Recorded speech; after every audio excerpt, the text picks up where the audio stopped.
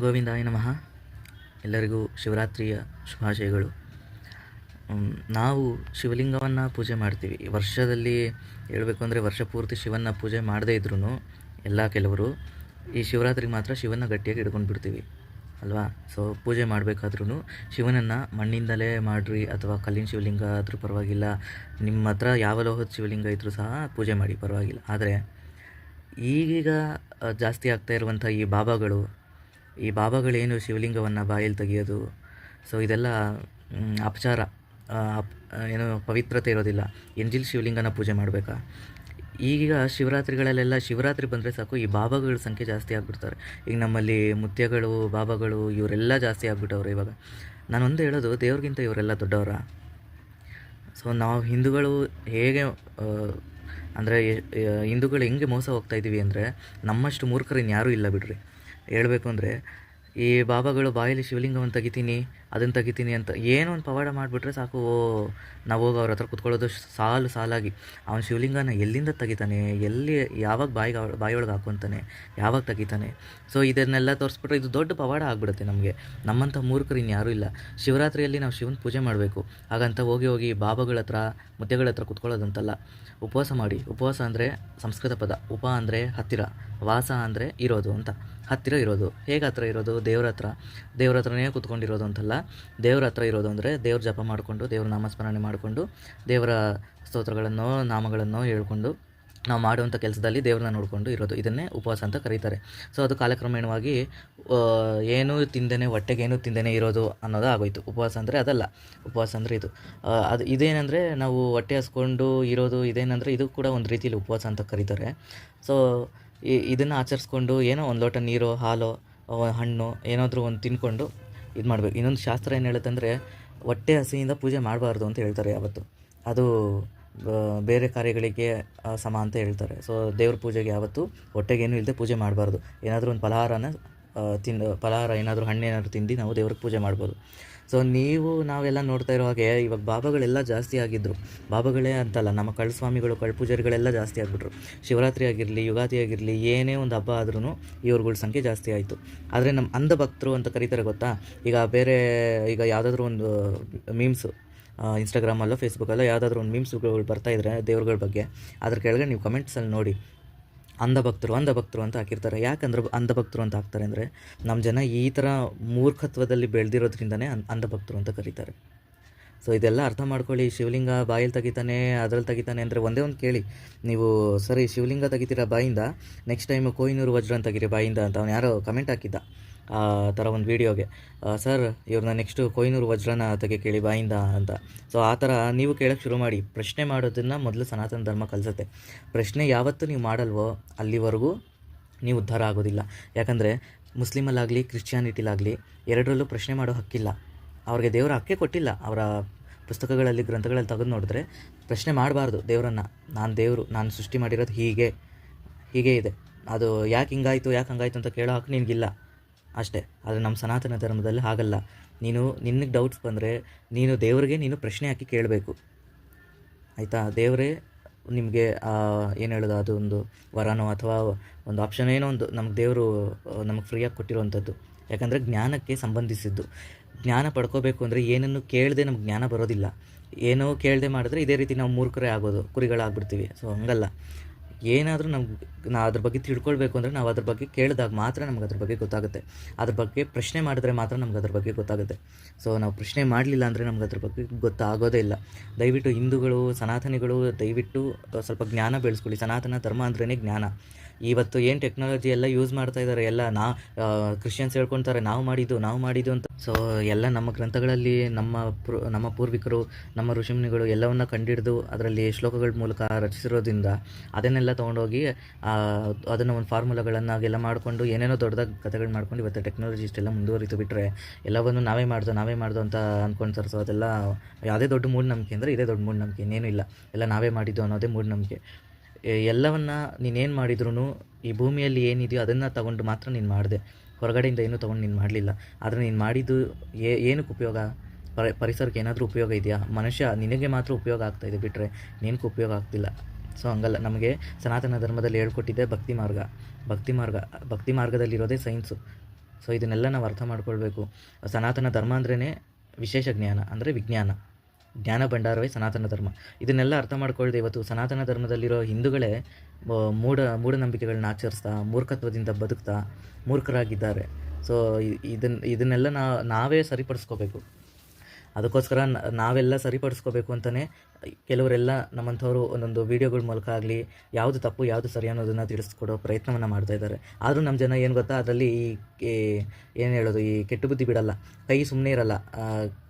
ಕಮೆಂಟ್ಗಳಲ್ಲಿ ಬೈಯೋದು, ಏನೋ ದೊಡ್ಡ ವಿದ್ವಾಂಸರು ಅನ್ನೋ ರೀತಿ ಕಮೆಂಟ್ಗಳು ಹಾಕೋದು. ಸೊ ನನ್ನ ವೀಡಿಯೋಗಂತಲ್ಲ, ಬೇರೆ ವೀಡಿಯೋಗಳು ನಾನು ನೋಡ್ತೀನಿ. ಆ ವೀಡಿಯೋಗಳಲ್ಲಿ ಓಹೋ ನೀನೇನು ಮಾಡಿದೆ, ಅವ್ರೇನು ಮಾಡಿದರು, ಇವ್ರೇನು ಮಾಡಿದರು ಅಂತ ನಾನು ಬೈಬಾರ್ದು. ಸೊ ಬೈತೀನಿ. ಫಸ್ಟು ನೀವೇನು ಮಾಡಿದ್ರು, ಅವ್ರೇನು ಮಾಡಿದ್ರು ಅನ್ನೋದಿಲ್ಲ, ಅಟ್ಲೀಸ್ಟ್ ಅವ್ರ ವೀಡಿಯೋನಾದರೂ ಮಾಡಿ ಜನಗಳಿಗೆ ಗೊತ್ತಿಲ್ಲದೆ ಇರೋರು ಗೊತ್ತು ಮಾಡ್ಕೊಳ್ತಾರೆ ಆ ವಿಚಾರಗಳಲ್ಲಿ. ಆದರೆ ನೀವೇನು ಮಾಡ್ತೀರೋ ಕೊಂಕು ಮಾತಾಡೋದು. ದಯವಿಟ್ಟು ಹೇಳಿ, ನೀವು ಕೊಂಕು ಯಾರು ಮಾಡ್ತೀರೋ, ಕೊಂಕು ಮಾತಾಡ್ತೀರೋ, ಫಸ್ಟು ನಿಮ್ಮದು ನೀವು ತೊಳ್ಕೊಳ್ರಿ. ನಿಮ್ಮ ಮನೇಲಿ ನೀವೆಷ್ಟು ಮೂಢನಂಬಿಕೆಗಳನ್ನ ಆಚರಿಸ್ತಾ ಇದ್ದೀರಾ, ನೀವೆಷ್ಟು ಮೂಢತ್ವದಲ್ಲಿದ್ದೀರಾ ಅನ್ನೋದನ್ನ ನೋಡಿ ತಿಳ್ಕೊಳ್ರಿ. ಟೆಕ್ನಾಲಜಿ ಬಂದ್ಬಿಡ್ತು ಅಂತ ಟೆಕ್ನಾಲಜಿನೇ ಎಲ್ಲ ಅಂದ್ಕೊಂಡ್ರೆ ನಿಮ್ಮಷ್ಟು ದೊಡ್ಡರು ಯಾರೂ ಇಲ್ಲ. ಸೊ ಸನಾತನ ಧರ್ಮಗಳಲ್ಲಿ ಫಸ್ಟು ಹೇಳ್ತೀನಿ, ಈ ಲಿಂಗಾನ ತೆಗಿಯೋರು ದಯವಿಟ್ಟು ನಂಬಿಡ್ರಿ. ಯಾಕೆ ಗೊತ್ತಾ, ಏನಕ್ಕೆ ಸ್ಪಷ್ಟವಾಗಿ ಹೇಳ್ತೀನಿ ಅಂದರೆ, ಈ ಶಿವನಿಗೂ ಈ ಬಾಬಾಗಳಿಗೂ ಸಂಬಂಧನೇ ಇಲ್ಲ. ನಮ್ಮ ಸನಾತನ ಧರ್ಮದಲ್ಲಿ ಬಾಬಾಗಳು ಮುತ್ಯಗಳ ಸಂಬಂಧನೇ ಇಲ್ಲ. ಯಾಕ್ರಿ ಬೇಕು ನಮಗೆ? ದೇವರೇ ಸಾಕಾಗಲ್ವಾ? ದೇವ್ರಿಗಿಂತ ನಮಗೆ ಮುತ್ಯಗಳು ಬೇಕಾ? ದೇವ್ರಿಗಿಂತ ನಮಗೆ ಬಾಬಾಗಳು ಬೇಕಾ? ಬಾಬಾ ಅನ್ನೋ ಕಾನ್ಸೆಪ್ಟ್ ನಮ್ಮ ಸನಾತನ ಧರ್ಮದಲ್ಲೇ ಇಲ್ಲ.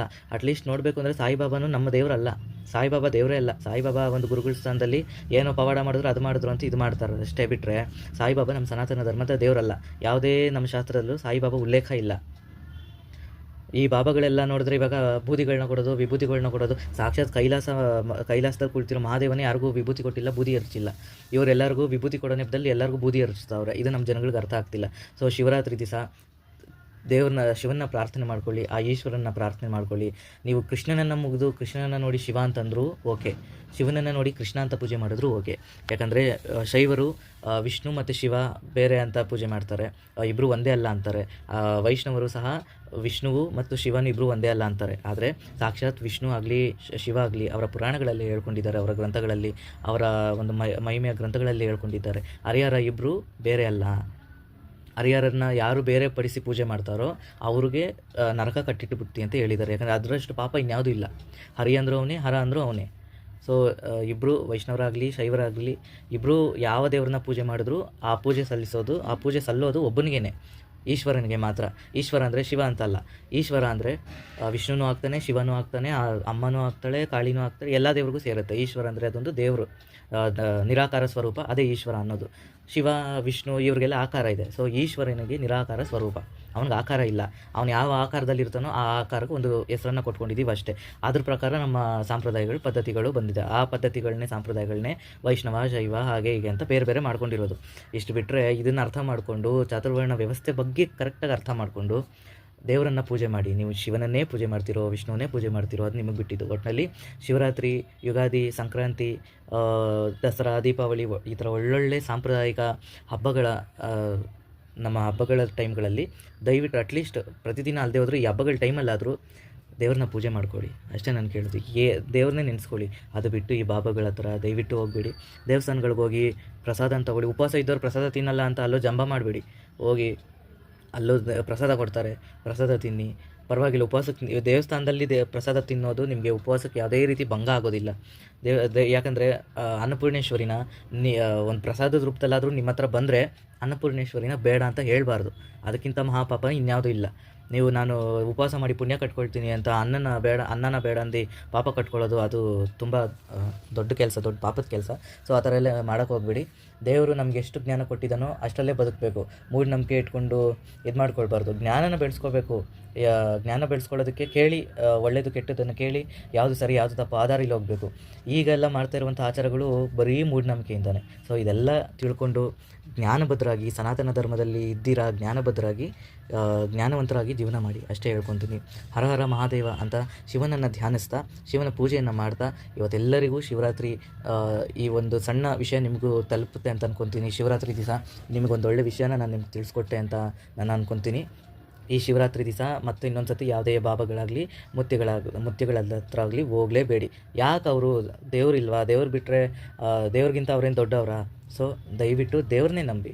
ದೇವರು ಅನ್ನೋದು ನಂಬಿಕೆ, ಈ ಮುತ್ಯಗಳು ಬಾಬಾಗಳು ಅನ್ನೋದು ಮೂಢನಂಬಿಕೆ. ಸೊ ದಯವಿಟ್ಟು ಇಂಥವ್ರ ಹತ್ರ ಹೋಗಲೇಬೇಡಿ. ಹೋದ್ರೆ ನಿಮ್ಮ ದುಡ್ಡು ಖರ್ಚು, ನಿಮ್ಮ ಇದು ಖರ್ಚು. ಅಲ್ಲಿಗೆ ಹೋಗೋ ಬರೋ ಚಾರ್ಜ್ ಇದೆಯಲ್ಲ, ಆ ಹೋಗೋ ಬರೋ ಚಾರ್ಜ್ ಹತ್ರನೇ ನೀವು ಆ ಚಾರ್ಜ್ ಇಟ್ಕೊಂಡೇ ನೀವು ಮನೆ ಹತ್ರ ಇರೋ ದೇವಸ್ಥಾನಕ್ಕೆ ನೀವು ಪೂಜೆ ಮಾಡಿಸ್ಕೋಬೋದು. ಸೊ ಸಾಕಾಗಲ್ವಾ ಇಷ್ಟು, ಇನ್ನೇನು ಬೇಕಾಗುತ್ತೆ? ಸೊ ಅರ್ಥ ಮಾಡ್ಕೊಳ್ತೀರಾ ಅಂತ ಭಾವಿಸ್ತೀನಿ. ದಯವಿಟ್ಟು ಹಿಂದೂಗಳು ಅರ್ಥ ಮಾಡ್ಕೊಳ್ಳಿ, ಬಾಬಾಗಳಿಗೂ ಶಿವರಾತ್ರಿಗೂ ಯಾವುದೇ ರೀತಿ ಸಂಬಂಧ ಇಲ್ಲ. ಎಂಜಿಲು ಶಿವಲಿಂಗನ ಪೂಜೆ ಮಾಡೋದು ಸನಾತನ ಧರ್ಮಕ್ಕೆ ವಿರುದ್ಧ. ಸೊ ಅದು ಆ ಪೂಜೆ ಮಾಡಿದ್ರೆ ಇನ್ನೂ ಪಾಪ ಮಾಡಿದಷ್ಟಾಗುತ್ತೆ. ಸೊ ದಯವಿಟ್ಟು ಎಂಜಿಲು ಶಿವಲಿಂಗ ಪೂಜೆ ಮಾಡಬೇಡಿ. ಮಣ್ಣಲ್ಲಿ ಇದ್ರೆ ಪೂಜೆ ಮಾಡ್ಕೊಳ್ಳಿ, ಫೋಟೋ ಇದ್ದರೆ ಪೂಜೆ ಮಾಡ್ಕೊಳ್ಳಿ, ದೇವಸ್ಥಾನಕ್ಕೆ ಹೋಗಿ ಕೈ ಮುಕ್ಕೊಳ್ಳಿ. ಏನೂ ಇಲ್ವಾ, ಶಿವನ ಧ್ಯಾನ, ಓಂ ನಮಃ ಶಿವಾಯ ಅಂತ ಧ್ಯಾನ ಮಾಡಿಕೊಂಡು ಕುಂತ್ಕೊಳ್ಳಿ. ಅಷ್ಟೇ ಬಿಟ್ಟರೆ ಇವರ ಸವಾಸಗಳನ್ನ ಮಾಡಬೇಡಿ. ಅದಕ್ಕೆ ಈ ಶಿವರಾತ್ರಿ ದಿವಸ ಒಳ್ಳೆ ಆಫರ್ ಏನಂತಂದರೆ, ಈ ಮುತ್ಯಗಳ ಹತ್ರ ಹೋಗದೇ ಇರೋದೇ ನಿಮ್ಗೆ ದೊಡ್ಡ ಆಫರು. ನೀವು ಹೋದರೆ ನಿಮ್ಗೆ ಮಂಕು ಬೂದಿ ಎರಚಿ ಬಾಯಿನಿಂದ ಶಿವಲಿಂಗನ ತೆಗೆದು ನಿಮ್ಗೆ ಅದನ್ನು ಮಾರಾಟ ಮಾಡಿ ಸಾವಿರಾರು ರೂಪಾಯಿಗೆ ಮಾರಾಟ ಮಾಡ್ತಾರೆ. ಯಾಕೆ ಬೇಕು? ಸೊ ದಯವಿಟ್ಟು ಆ ಥರ ಶಿವಲಿಂಗ ಬೇಡ. ಒಂದು ಫೋಟೋ ಇದ್ರೂ ಸಾಕು, ದೇವಸ್ಥಾನಕ್ಕೆ ಹೋಗಿ ಪೂಜೆ ಮಾಡಿಸ್ಕೊಂಡು ಬನ್ನಿ. ಅಷ್ಟೇ ಬಿಟ್ಟರೆ ಇನ್ನೇನು ಹೇಳೋಕ್ಕಾಗಲ್ಲ. ಸೊ ಅರ್ಥ ಮಾಡ್ಕೊತೀರಾ ಅಂತ ಅಂದ್ಕೊಳ್ತೀನಿ. ಮತ್ತು ಈ ವಿಡಿಯೋ ನೋಡಿ ಅಟ್ಲೀಸ್ಟ್ ಯಾರಾದರೂ ಒಬ್ಬರು ಕಮೆಂಟ್ ಹಾಕೋರಿದ್ರು ಒಳ್ಳೆ ಕಮೆಂಟ್ ಹಾಕಿ. ಇಲ್ಲಾಂದರೆ ಕೊಂಕು ಕಮೆಂಟ್ ಹಾಕೋಂಗಿದ್ರೆ ಹೆಂಗೆ ಜಡಿಬೇಕು ಅನ್ನೋದು ನಮಗೂ ಗೊತ್ತು, ನಾವು ಹಂಗೆ ಜಡಿತೀವಿ. ಸೊ ಸರ್ವೇ ಜನಃ ಸುಖಿನೋ ಭವಂತು, ಲೋಕ ಸಮಸ್ತ ಸುಖಿನೋ ಭವಂತು. ಎಲ್ಲರಿಗೂ ಒಂದು ಅವಗಾಹನೆ ಬರಲಿ, ಎಲ್ಲರಿಗೂ ಇದ್ರ ಬಗ್ಗೆ ಒಂದು ಜ್ಞಾನ ಬರಲಿ ಅಂತ ಈ ವಿಡಿಯೋ ಮಾಡಿದ್ದೀನಿ ಅಷ್ಟೇ. ಮುತ್ಯಗಳ ಸಹವಾಸ ಬೇಡ, ಬಾಬಾಗಳ ಸಹವಾಸನೂ ಬೇಡ. ಜೈ ಶ್ರೀರಾಮ್.